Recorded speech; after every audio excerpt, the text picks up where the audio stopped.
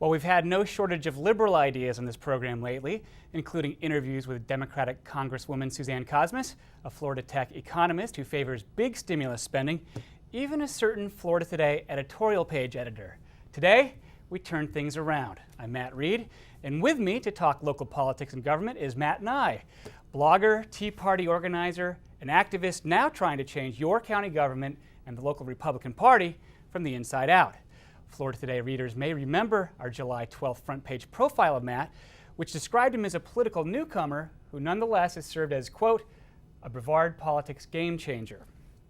Matt, welcome to the show. Thank you very much. Thanks for coming in.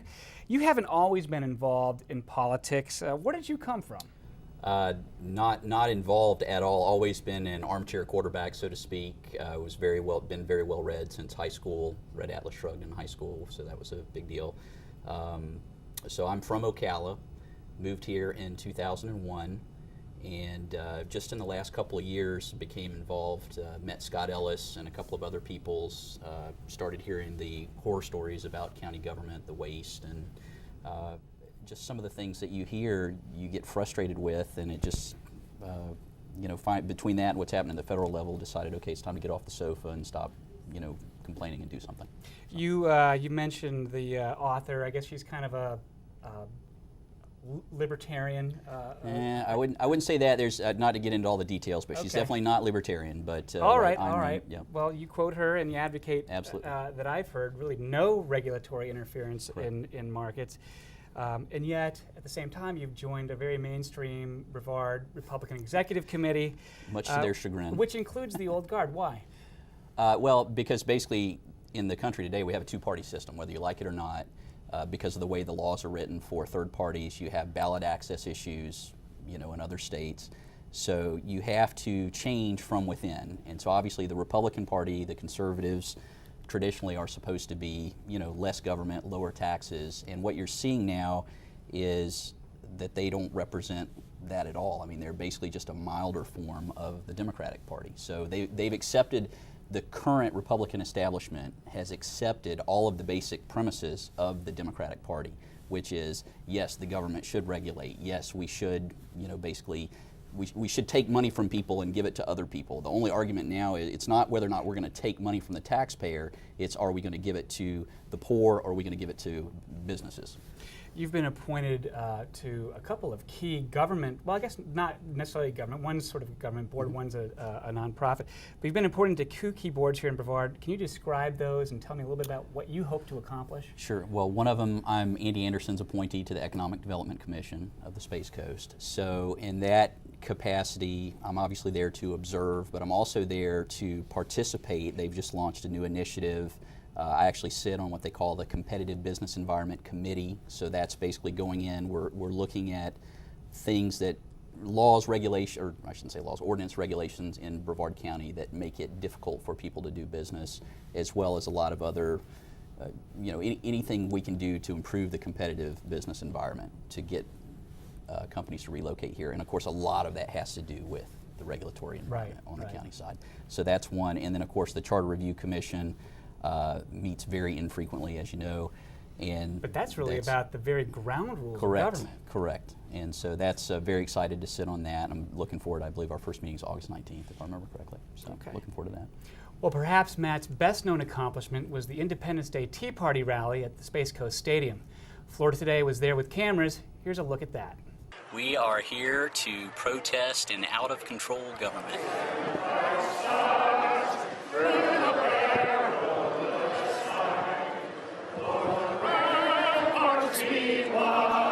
We've got a committee of about a dozen people help put this together, and we have a slate of fine speakers. This is a nonpartisan event. Each of the speakers is going to speak on a particular issue. And all we want people to do is understand we want our country back.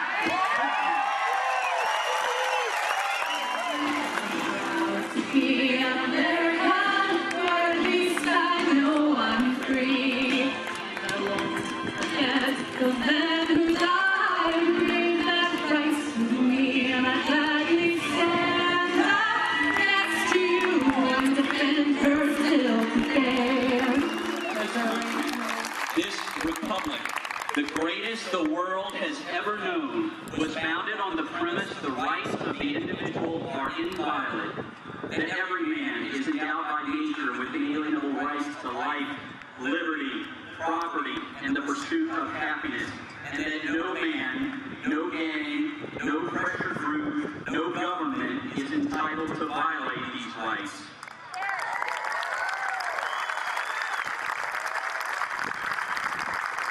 We gather here today to once again proclaim these rights, just as our forefathers did more than 200 years ago, to tell the country and the world that no man is entitled to the fruits of another man's labor. Well, it's one thing to attend a rally like that and to vent your frustrations. It's another thing, it takes another level of drive to plan, organize, and publicize a big event like that. Matt, why did you do it? Well, you know, it's funny. I want to go back to the beginning before I talk about the 4th of July. So the first Tea Party came about because I saw they were doing a Tea Party in Orlando on March 21st, it was. So I actually had a conversation at dinner with Scott Ellis and a couple other folks and said, hey, they're doing a Tea Party in Orlando on March 21st. We should do something similar over here. And so it was just kind of a, you know, passing conversation. Oh yeah, we'll do a Tea Party. So I managed to put that together for April 19th. We chose that date because of the historical significance as far as that being the anniversary of the battles at Lexington and Concord, not because of the tax. You know, everybody else was going on April 15th, Tax Day Tea Party and all that. So we actually had a little more historical significance of that first Tea Party. And then, of course, so that first one was basically, as far as the planning part, it was all me, and then a whole bunch of people helped the day of. I mean, a lot of backbreaking physical labor to boot. For the second one, I had so many people wanting to help. You know, as the first one, when we actually got to the day of the event, we set up a committee for the second one. So we had 12, 13 people all, you know, putting in their 2 cents as far as ideas, speakers, things like that. And it was, I mean, the committee worked very hard. I'm very difficult to work for in that sense. I'm a type A control freak personality, so it's very hard for me to delegate, and I think they all figured it out very quickly and learned to put up with me. So, but we got it done, and it turned out really well in the context of what was happening around the state. My understanding is we had about the largest turnout in the entire state for the Tea Parties, based on the, you know, the reports that I got back. So I was a little disappointed the day of, because we got so many phone calls, so many emails, and I really thought we were going to have that place, you know, close to full, for at least 4,000 or 5,000. And so I was a little disappointed the day of, and then of course after the adrenaline and everything wears off, and you see the reports coming in, you know, they only got 800 or 900 in Orlando. You know, we're like, hey, we're looking pretty darn good. Pretty good event. I want to ask you this, because some Tea Parties around the country were connected to this group called Freedom Works, which is kind of a national outfit. They sort of choreographed the effort, helped publicize it. Did your group and your event have anything to do with that? No. That's what's funny is what I'm seeing, and it is very frustrating as a grassroots organizer here locally, that we're getting tagged with that label, but it's also because there are some of those national organizations. I sat on a conference call for one, I won't say which one, but their marketing person actually said on this call, our goal is to take credit for all of the Tea Parties that have been and ever will be. And I was just like, okay, well, I don't want to have anything to do with you guys, because it's very disingenuous, but they're trying to use it as, I guess, a, you know, political bargaining chip, whatever. So that was frustrating, but no, we had absolutely no connection to any national organization. It was not, contrary to the bloggers on the Florida Today, not a Republican-sponsored event or fundraiser of any kind. And actually what I've done for this next one, I haven't filed the paperwork yet. I'm not prepared to say who the directors are yet, but we are creating a nonpartisan group. It'll be called the Space Coast Freedom Alliance. It's going to be a 501c4. And we're going to have each member of the board will be of a different political persuasion, if you will. So I'll be the Republican, we'll have a Democrat, we'll have a Libertarian, and we'll have an Independent. So. Well, I mentioned we've had a number of interesting and outspoken guests on our program, some of whom have taken provocative stands. And I want to get Matt Nye's conservative Tea Party a response to a few of them. Let's have some fun here, Matt. All right. Here's Congresswoman Suzanne Cosmas explaining why she voted in favor of the American Recovery and Reinvestment Act, better known as the $780 billion stimulus bill. One of the big important things we did early on was to ensure that Brevard County had the money it needed to keep its schools open and keep its teachers hired, because as you know, we were facing shortages of funding in the education stream that would have caused teachers to lose their jobs, or perhaps even to have closed schools for one day a week or some other alternative solutions. There are a number of other things, as you know, regarding workforce development per se. There was a bunch of money offered. There's also money in the bill for small businesses. There's money in the bill for energy weatherization programs, a great deal of money for transportation issues, including right here in Brevard, the intersection at 95 in Palm Bay. And we are very excited about the opportunity that these kinds of infrastructure developments are going to be good for Brevard workforce. Matt, what do you make of that? It's fascinating, because obviously I don't believe that you can spend yourself rich, and so basically all they're doing is they're allocating, it's the classic rob Peter to pay Paul, and you're just misallocating that money. I understand the premise, that all sounds great, but the fact is, again, if you understand basic free market economics, the market knows how to allocate capital far better than any government agency or program, and that's, all they're doing there is they are directing the money to where they think it should go instead of letting the market do its thing. And so obviously completely opposed to the bailout, the stimulus, whatever you want to call it, on philosophical grounds. It's just a basic, simple, if you understand free market economics, you understand more government is bad, less government is good. The government only has the power to destroy. It creates nothing. So that's... So you think that instead of the economy just burning to the ground and then regrowing back up, that it might have actually recovered faster without this? Absolutely, absolutely. Okay. Well, here's Florida Tech economist Mike Slotkin answering this question. If there's higher unemployment in Florida now, does that mean the stimulus isn't working?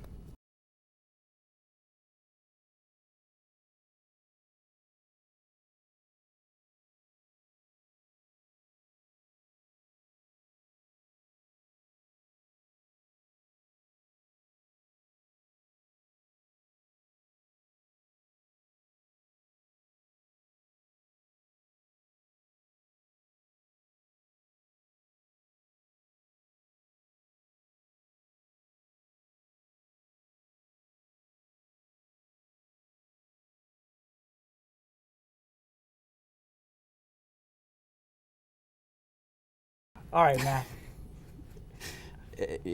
Dare I ask, what do you make of that? It doesn't matter. Okay, so I guess my first question is, at what point do we declare it a failure? So what is an adequate amount of time and an adequate amount of money? And of course, nobody can give you those figures, because they just want to they're going to keep saying, oh, we just need more time, we just need more time. So again, the whole thing, it's flawed on its premise. You can't spend yourself rich. If you were on a desert island, the only reason they can even pretend to get away with this stuff is because of the size of the economy. But if you were on a desert island and you've only got a finite amount of productive labor, you can't make it work. I mean, it's just not you can't spend yourself rich. You can't destroy your taxation is removing capital from the free market. Let me ask you this. I mean, you've acknowledged you have a very clear kind of philosophy, libertarian, and you think a lot about this stuff. But even within the Republican Party, not everybody's that way in the Republican Party. Sure. Think about Central Florida swing voters in general. Do you think they agree with you on this, or do you think that they have a different take on things like the stimulus bill and some of the big things like TARP and cap and trade, all that? I'm sure I'm in the minority, so right, I think a lot of people would disagree, but that doesn't mean I'm wrong. So, and you'll see, time will tell. I mean, if you look at the fundamentals like you see today, they're saying, oh, the economy, we've got these green shoots with the market and all that. But if you look at all your basic, the data that the government can't manipulate, for instance, number of trucks on the roads actually moving goods, FedEx shipment, UPS shipments, things like that. All those are going nowhere. They're actually still declining So you can look at all the government numbers that you want, and the market does whatever it does, but the bottom line is the number of goods that are flowing in our economy is still dropping, and that means less activity. So. One of the things that you've been involved with recently is some upheaval or some infighting, not with you necessarily. Well, not yet. Within the Brevard County Executive Committee, the Republican Party's Executive Committee. What's going on in there from your perspective? Well, it's a shame, because what I saw specifically with the Jason Steele versus Travis Klinger, and I have I'm the technology chair. I had some actual issues with Travis Klinger not performing his job because I for the last many months was trying to get information from him to put it up on the website, because again, we want to be transparent. We want to show meeting minutes, financial reports, things like that. Was like pulling teeth to get information out of him. I'm not real sure, here at the local level, I don't know that what's happening here has as much to do with the bigger picture that you're seeing across the state with the rest of the grievances at the grievance committee. I think they heard a dozen grievances that last weekend. I should bring our readers up to date on what were our viewers on what we're talking about. The upheaval or the infighting that I mentioned in the local Republican Party with the executive committee involves Chairman Jason Steele, who has been accused by a former party secretary of violating his loyalty oath for, among other things, protesting early state and national Republican endorsements in party primaries. At the same time, and this is where you come in, Steele has worked to welcome libertarians and some others into the fold. Correct. Do you think that what's going on is counterproductive or has something to do with? It's certainly counterproductive if it continues to drag on. If we had a resolution in the sense that, okay, Jason, as you said, was very welcoming. He did, come at it from, hey, we're going to have a big tent. Everybody's going to get a seat at the table. We're going to talk about things. We're going to, everybody's welcome. And so, to his credit, he did a tremendous job there. But I just lost my thought. I was trying to get. The resolution. That's what I wanted to get to. What is important about that resolution is that the entire committee, with the exception of 3 people, we tried to pass a resolution condemning the pre-primary endorsements. And what happened was, because of a technicality, because basically our Constitution says if you're going to pass a resolution, you have to submit it to the executive board 10 days prior to the meeting at which you're going to vote on it.